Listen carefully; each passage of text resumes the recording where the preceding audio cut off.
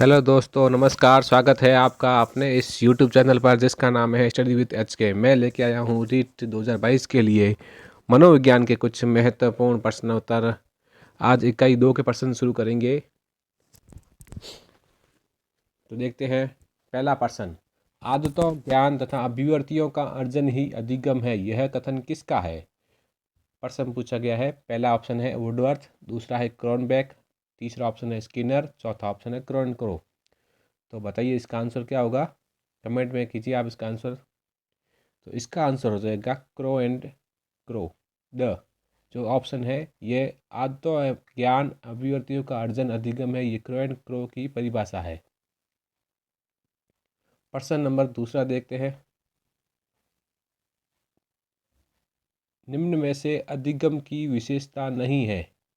प्रश्न पूछा गया है, निम्न में से अधिगम की विशेषता नहीं है। तो नहीं है को मार्क करके प्रश्न को हमेशा पढ़ा करिए। पहला ऑप्शन है अधिगम समायोजन में सहायक होता है। दूसरा ऑप्शन है अधिगम उद्देश्यपूर्ण एवं लक्ष्य निर्देशित होता है। सॉरी, ये लक्ष्य है, यहाँ पर क्या लिखा हुआ है? लक्षण नहीं है, लक्ष्य निर्देशित होता है। तीसरा ऑप्शन है अधिगम एक सार्वभौमिक प्रक्रिया है। और चौथा ऑप्शन है अधिगम व्यक्ति के सर्वांगीण विकास में सहायक नहीं होता है। तो बताइए इसका आंसर क्या होगा? इसका आंसर हो जाएगा ऑप्शन द। अधिगम की विशेषता नहीं पूछा गया है। तो यहाँ पर पहली विशेषता है अधिगम समायोजन में सहायक होता है, सही परिभाषा सही है ये विशेषता। दूसरा है अधिगम उद्देश्यपूर्ण एवं लक्ष्य निर्देशित होता है, ये भी सही है। तीसरा है अधिगम सार्वभौमिक प्रक्रिया है, ये भी सही है। चौथा है अधिगम व्यक्ति के सर्वांगीण विकास में सहायक नहीं होता है, ये गलत है, क्योंकि नहीं, ये गलत है। यहाँ पर सही क्वेश्चन, सही लाइन क्या होगी? अधिगम व्यक्ति के सर्वांगीण विकास में सहायक होता है। तो इसका राइट ऑप्शन होगा ऑप्शन द। इस प्रश्न की सहायता से अधिगम की विशेषताओं की जानकारी भी हमें हो जाएगी। प्रश्न नंबर तीसरा देखते हैं। नवीन ज्ञान तथा नवीन प्रतिक्रियाओं का अर्जन करने की प्रक्रिया अधिगम है, यह कथन किसका है?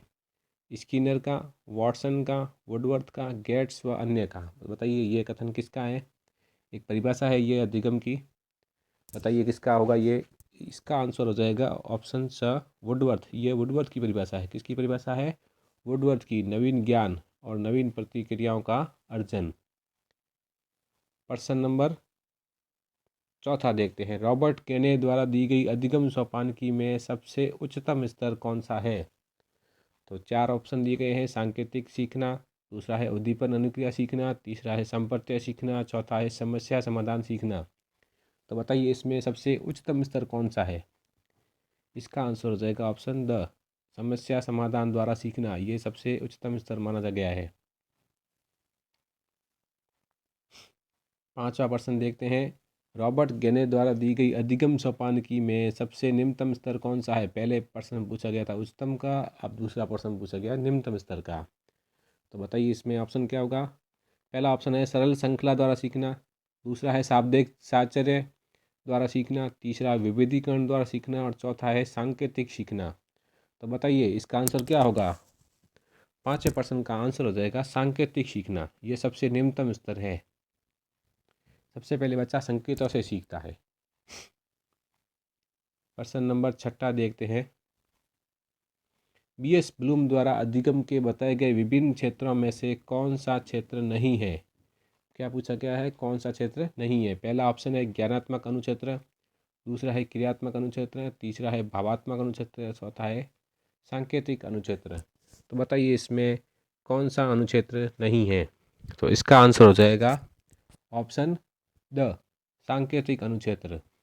BS ब्लूम ने तीन बताए थे। पहला है ज्ञानात्मक, दूसरा भावात्मक और तीसरा है क्रियात्मक।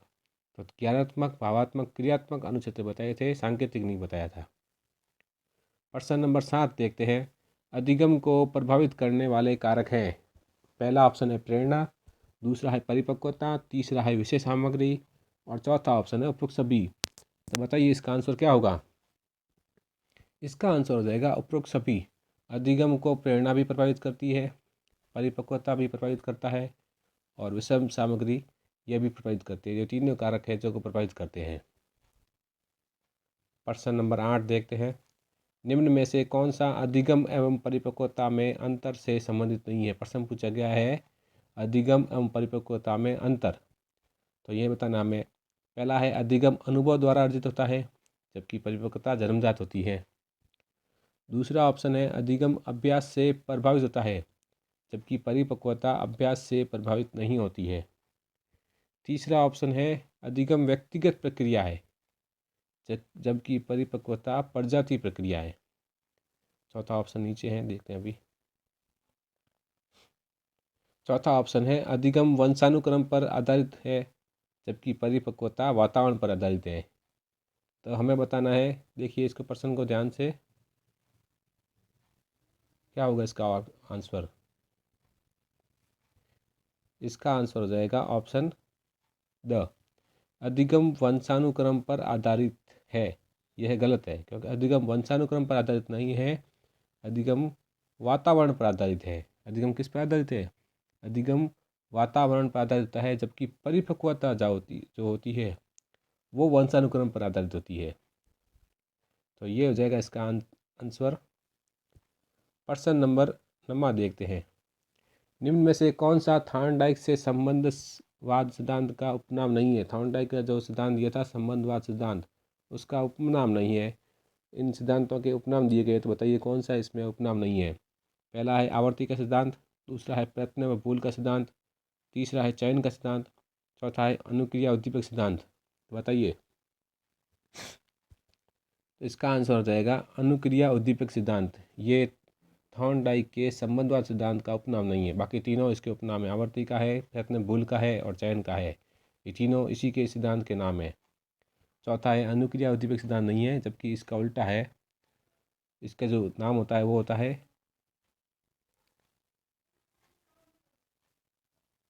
उद्दीपक अनुक्रिया, ये होता है इसके थॉर्नडाइक के सिद्धांत का नाम। प्रश्न नंबर 10वां देखते हैं। निम्न में से कौन सा थॉर्नडाइक के सीखने के मुख्य नियमों से संबंधित नहीं है? पहला है तत्परता का नियम, दूसरा है अभ्यास का नियम, तीसरा है प्रभाव व परिणाम का नियम, चौथा है बहु प्रतिक्रिया के नियम। तो बताइए, थॉर्नडाइक ने सीखने के मुख्य रूप से 3 नियम दिए थे। अब चौथा नियम इसमें जो है वो नहीं, बताइए कौन सा है? तो इसका आंसर हो जाएगा ऑप्शन द, बहु प्रतिक्रिया का नियम जो है वो उसके मुख्य नियम में नहीं है।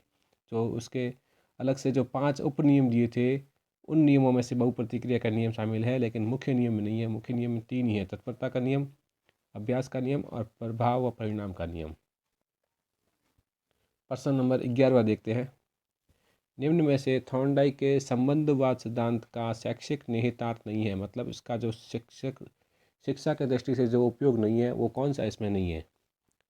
छोटे व मंदबुद्धि बालकों के लिए उपयोगी है थॉर्नडाइक का नियम, करके सीखने के स्थान पर अधिक बल देता है ये, परिश्रम के प्रति आशा का संचार करता है, और चौथा ऑप्शन विद्यार्थियों में आदतों का निर्माण, रुचियों, अभिरुचियों, अभिवृत्तियों आदि का समुचित विकास करना। तो बताइए इसमें कौन सा है जो इसका आंसर होगा? इसका आंसर हो जाएगा ऑप्शन द। ऑप्शन द जो है वो इसका आंसर हो जाएगा। विद्यार्थियों में आदतों का निर्माण, रुचियों का, अभिरुचियों का निर्माण, अभिवर्तियों आदि का समुचित विकास करना, ये थॉर्नडाइक के सिद्धांत से संबंधित नहीं है, ये पावलोव के सिद्धांत से संबंधित है। किसके सिद्धांत से? पावलोव के सिद्धांत का ये संबंधित है। प्रश्न नंबर 12वां देखते हैं। निम्नलिखित में से कौन से अधिगम सिद्धांत में उद्दीपक के बीच साहचर्य होता है? प्रेक्षणात्मक अधिगम, प्राचीन अनुबंधन, क्रिया प्रस्तुत अनुबंधन और अव्यक्त अधिगम बताइए 12वें प्रश्न का आंसर क्या होगा? तो 12वें प्रश्न का आंसर हो जाएगा प्राचीन अनुबंधन, ऑप्शन ब। उद्दीपक के बीच साहचर्य होता है। प्राचीन अनुबंधन का स्थान पावलो ने लिया था, और उसमें घंटी और भोजन के बीच जो अनुबंधन होता है, इसलिए उसको बोलते हैं उद्दीपक अनुबंधन।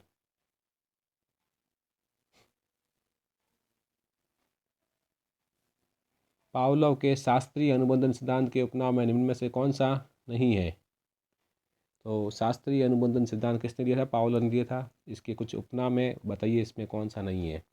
पहला ऑप्शन है प्रतिवादी अनुबंधन, दूसरा है अनुकूलित अनुक्रिया अनुबंधन, तीसरा है सहज अनुबंधन, चौथा है SR सिद्धांत। तो बताइए इसका आंसर क्या होगा?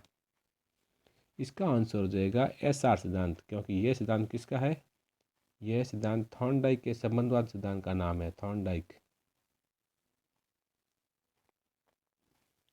प्रश्न नंबर 14 देखते हैं। बालक के सामने अनुकरणीय व्यवहार करना चाहिए, यह उक्ति अधिगम के किस सिद्धांत से संबंधित है? पहला है प्रेक्षणात्मक अधिगम, दूसरा है प्राचीन अनुबंधन, तीसरा है क्रिया प्रसूत अनुबंधन, चौथा है अव्यक्त अधिगम। बताइए। तो इसका आंसर हो जाएगा पहला ऑप्शन प्रेक्षणात्मक अधिगम। प्रेक्षण, किसी का प्रेक्षण करना, ऑब्जर्वेशन करके हम जो व्यवहार करते हैं, हम जो जिस तरह से कार्य करते हैं, बच्चा हमें देख के सीखता है, अनुकरण करके सीखता है। बच्चा किसी का अनुकरण करता है तो वो इसमें आएगा प्रेक्षणात्मक अधिगम में। प्रश्न नंबर 15 देखते हैं। अधिगम के बारे में कौन सा कथन असत्य है? अधिगम व्यवहार में परिवर्तन है, अधिगम निष्पादन से भिन्न होता है, अधिगम में व्यवहार में तुलनात्मक रूप से स्थायी परिवर्तन होता है, और चौथा ऑप्शन है अधिगम वृद्धि व परिपक्वता के कारण होता है। तो बताइए इसमें कौन सा कथन असत्य है? पहला सही है, सत्य है, अधिगम व्यवहार में परिवर्तन है। दूसरा अधिगम निष्पादन से भिन्न है, ये भी सत्य है। तीसरा ऑप्शन अधिगम में व्यवहार में तुलनात्मक रूप से स्थायी परिवर्तन होता है, यह भी सत्य है। और चौथा ऑप्शन है अधिगम वृद्धि व परिपक्वता के कारण होता है, ये ऑप्शन असत्य है, क्योंकि अधिगम वृद्धि परिपक्वता के कारण नहीं होता है, अभ्यास व अनुभव के कारण होता है। वृद्धि परिपक्वता प्रभावित जरूर करती है इसको, लेकिन अधिगम इसके कारण नहीं होता है। प्रश्न नंबर 16, कौन सा अधिगम सिद्धांत संज्ञानात्मक सिद्धांत है? प्रेक्षणात्मक अधिगम सिद्धांत, प्राचीन अनुबंधन सिद्धांत, क्रिया प्रसूत अनुबंधन सिद्धांत, अव्यक्त अधिगम। तो बताइए इसका आंसर क्या होगा? इसका आंसर हो जाएगा ऑप्शन द, अव्यक्त अधिगम। संज्ञानात्मक सिद्धांत है, बाकी तीनों सिद्धांत कौन से हैं? बाकी तीनों सिद्धांत व्यवहारात्मक सिद्धांत में आते हैं। प्रश्न नंबर 17 देखते हैं। थॉर्नडाइक के सीखने के नियम के अनुसार जो गौण नियम है, उपनियम बोलते हैं जिसको, उपनियम भी कहा जाता है, निम्न में से कौन सा सम्मिलित नहीं है? बहु अनुक्रिया का नियम, मानसिक स्थिति का नियम, प्रभाव का नियम, आंशिक क्रिया का नियम। तो बताइए इसमें इसका आंसर क्या होगा? इसका आंसर हो जाएगा ऑप्शन स, प्रभाव का नियम, क्योंकि ये मुख्य नियम है, ये मुख्य नियम में शामिल है, और बाकी तीनों उपनियम है, इसके गौण नियम है। अनुबंधन होने के लिए घटनाओं का उपयुक्त क्रम इस प्रकार है। पहला ऑप्शन है UC UR CR, दूसरा ऑप्शन है CS CR UR, और तीसरा ऑप्शन है CS US CR, चौथा ऑप्शन है UR US और CS। बताइए इसका आंसर क्या होगा? इसका आंसर हो जाएगा ऑप्शन स, CS US और CR। CS मतलब कंडीशनल स्टिमुलस, अनुबंधित उद्दीपक।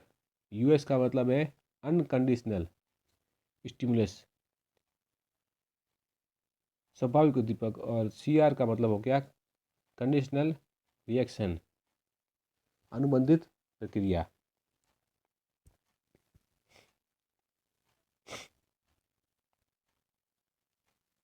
अब इसमें देखिए CS क्या है, तो CS है इसमें घंटी, जिसमें अनुबंध बन गया है कुत्ते की लार का उसके घंटी के साथ। US जो है वो भोजन है, और CR जो है लार प्रतिक्रिया।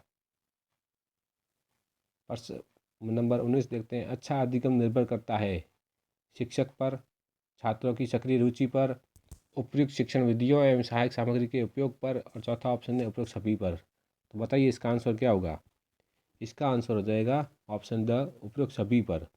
अच्छा अधिगम सभी पर निर्भर करता है, शिक्षक पर निर्भर करता है, छात्रों की रुचि पर निर्भर करता है, छात्र की रुचि किस में है और हम क्या पढ़ा रहे हैं, अलग अलग हो जाएगा। उपयुक्त शिक्षण विधियों और सहायक सामग्री के उपयोग पर भी निर्भर करता है कि किस तरह से सहायक सामग्री का उपयोग किया जा रहा है। तो आंसर हो जाएगा उपयुक्त सभी। प्रश्न नंबर 20 देखते हैं। जिन प्रतिक्रियाओं को सीखने के उपरांत संतुष्टि प्राप्त होती है उन्हें सीख लिया जाता है। यह है अभ्यास का नियम, तत्परता का नियम, प्रभाव का नियम और सापेक्षता का नियम। तो बताइए, जिन प्रतिक्रियाओं को सीखने के उपरांत संतुष्टि प्राप्त होती है उन्हें सीख लिया जाता है, यह किससे संबंधित है? ऑप्शन 4 दिए गए, बताइए इसका आंसर क्या होगा। इसका आंसर हो जाएगा प्रभाव का नियम।